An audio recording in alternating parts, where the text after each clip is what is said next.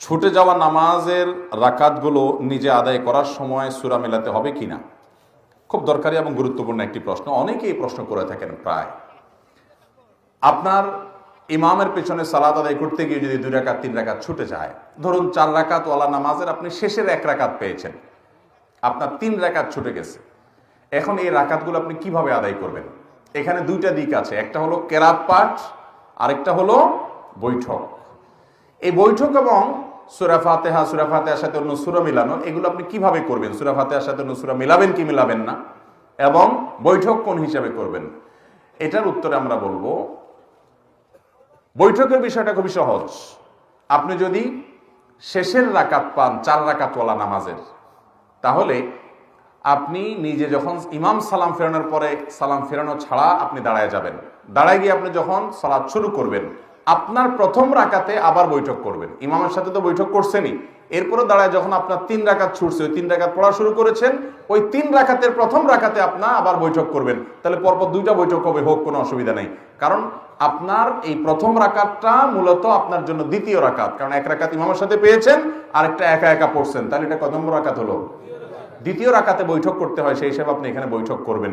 তাতে 2 বৈঠক হোক, সমস্যা নেই। প্রথম বৈঠকটা হলো ইমামের অনুকরণ করতে গিয়ে ইমাম যেহেতু বসছে, আপনি দাঁড়াতে পারেন না, সেজন্য বাধ্য হয়ে বসেছেন। এটা হলো আপনার মূল বৈঠক, যেটা আপনি একাকে আদায় করছেন। তাহলে বৈঠক কোথায় করবেন বুঝতে পেরেছেন তো? আর বাকি তৃতীয় রাকাতে, অর্থাৎ 1 রাকাত ইমামের সাথে পেলেন, নিজে একাকে 1 রাকাত পড়লেন, নিজে একাকি পরবর্তী রাকাতে আপনি তো বৈঠক করবেন না, কারণ এটা 3 নম্বর রাকাত। আর শেষের রাকাতে বৈঠক করতেই হবে, কারণ সেটা 4র্থ রাকাত। মাগরিবের নামাজ যদি হয়, তাহলে এমনও হতে পারে যে 3 রাকাতে বৈঠক হতে পারে কি পারে না? কেউ যদি মাগরিবের শেষের রাকাত পায়, তাহলে ইমামের সাথে বৈঠক তো করতেই হবে।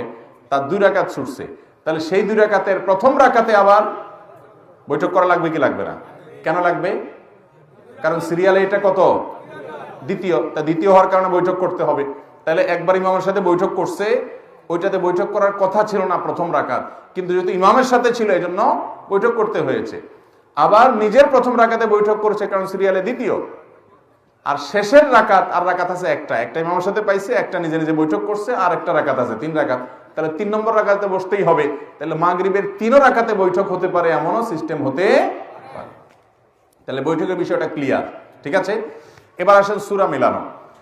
সূরা মিলানোর জন্য ওলামা একরাম এবং ফোকাহ একরামের 2টি মত আছে। অনেক ওলামা একরাম বলেছেন, ইমামের সাথে যে নামাজগুলো ছুটে গেছে, 3 রাকাত 2 রাকাত, যেগুলো ছুটে গেছে, পায় নাই, সেই নামাজগুলো যখন মুক্তাদি পরবর্তীতে ইমাম সালাম ফেরানোর পর তিনি দাঁড়িয়ে একা একা আদায় করবেন, এগুলো তার সালাতের শেষ অংশ।